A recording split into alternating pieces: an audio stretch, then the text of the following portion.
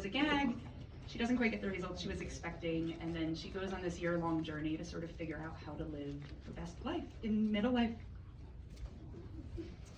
I'm Julie Chavez. I'm the author of Everyone But Myself. It was released on January 9th, last Tuesday, and it is and it is a USA Today bestseller. I know, sorry, I need to get better at relentless self-promotion. With I'm very numbers, nice, it's okay. everyone should buy it. It is the story of a season of severe anxiety and depression that I went through after I spent too long caring for everyone but myself. A natural for the human family. Yes. Depression and anxiety. Yeah, you heard right depression. up. Me crying in the tub, that's coming next. Hi, I'm Bess Kalb. I am the author of Nobody Will Tell You This But Me. I looked as if I had to chat. It is about my grandmother, and I am also the author of a Nobel Prize winning children's book, just a children's book that came out on January 2nd called Buffalo Fluffalo. And it is the best thing I've ever written. That is my opus, but this is the book. And I have sorry. No. And I have a forthcoming book that I can announce here. Oh, yay. Yeah, and I'm also going to be the author of Keep Away from Fire, a book memoir about catastrophic childbirth, coming out with Harper in a year. So yeah. It's a comedy though. It is a comedy. I'm AnnaBelle Gurwitch, and You're Leaving When. All my books are intended to be spoken out loud as titles. This is my 5th book, where my books include You Say Tomato, I Say Shut Up, and I See You Made an Effort. And this book is a book about, I would say, resilience, but it's really a book about having more and a bigger imagination for yourself than you thought possible. What takes place that sets the inciting incident for this book is I have just been taking care of both of my parents who have passed. My child has graduated from a rehab. This is a nonfiction, and it's so funny. All these things that happen, it's just so funny. And it's going off to college. I'm an empty nester. I'm getting divorced. And the thing that breaks me, though, is when my tennis teacher fires me. Unlike Zibby, I did not marry my tennis teacher.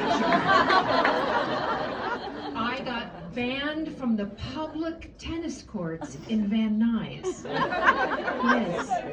And I hit a real low. And I started renting out a room in my house, and I thought I was going to turn into a blousy 1950s landlady with a cigarette and a house dress. And what ended up happening in the stories in the book are about how what I thought was going to be this terrible time in my life turned out to be this opening of love, and in all kinds of love, including being the 7th person in Los Angeles to open up my home and share my home with youth experiencing homelessness. So this is my latest, and it also includes a chapter on vaginal rejuvenation. I just want to say that. So it runs the gambit of experiences. And with that, He's got Can you follow vaginal rejuvenation? My name is John Kenney. I'm with the caterers. I was just told to come in here because they needed a man. Weirdly, my book is also about vaginal rejuvenation. That would be a really good, that would be It would great. not be a good book. When I was a kid, jeans for girls had a zipper on the side until I was 15, that's where I thought a woman's vagina was. It's not. That's a book I wrote a few years ago, but I have a new book coming out in a year, I think, with Zibby, called The Obituary Writer. It's a funny book about death. I love those kinds of books. It's really all How do you know when something's funny? And how do you know when you're writing, if you want something to be funny, like, where do you go from there? Because I feel like if you're putting yourself on the spot, like, okay, I'm gonna try to write a funny book, it's just not gonna be funny. So, is it just something that happens when you're trying to write something serious? Or is it the point? I always think, and I agree with you, I think anything I've ever written where I've tried to be funny, I'll let my husband read it, and he just sort of looks at me and is like, oof. You know, like you were trying, it's so obvious when you're trying too hard. I always, as silly as it sounds, I always think of sitting in a room with my best girlfriends when I'm writing a funny line or a funny scene and thinking, like, could I make them laugh? Not necessarily because it's funny, like I don't write, you know, out loud, wild humor, but funny because it's so painfully relatable that I know if I spit it out to my best girls that they would be like, oh my gosh, yes, we have absolutely been through that. So that's always sort of like a gauge for me to think about. We're going in order. Okay. Jump around. Okay, yes, let's be orderly.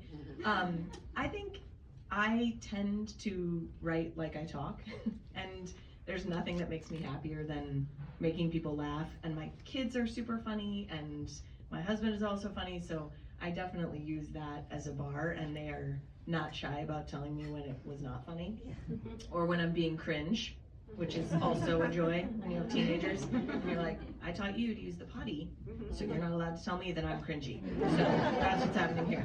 But I think running it through that filter, but I will say I love editors for that reason, because I think there's something about funny that involves risk.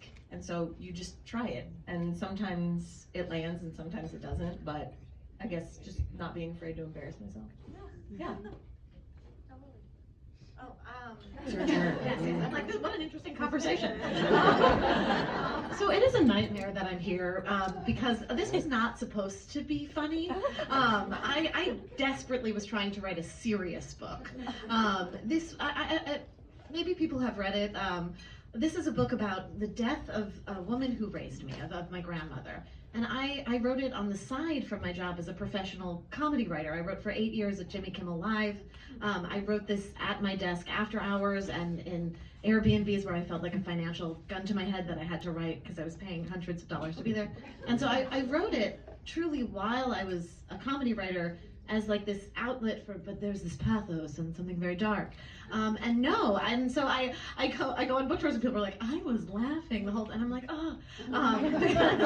So I think to answer your question, I explicitly was trying not to be funny, but I think the reality of life is that even in staring into the blackness and in our darkest moments, and maybe it's a Jewish thing or maybe it's an anxiety thing, but there is this need, this compulsion to throw in a line or to arch an eyebrow or to laugh, especially amongst family. And it's great that you're talking about, I run it by my family, I run it by my husband. This is a book about family, and it's a book about how a family really communicates.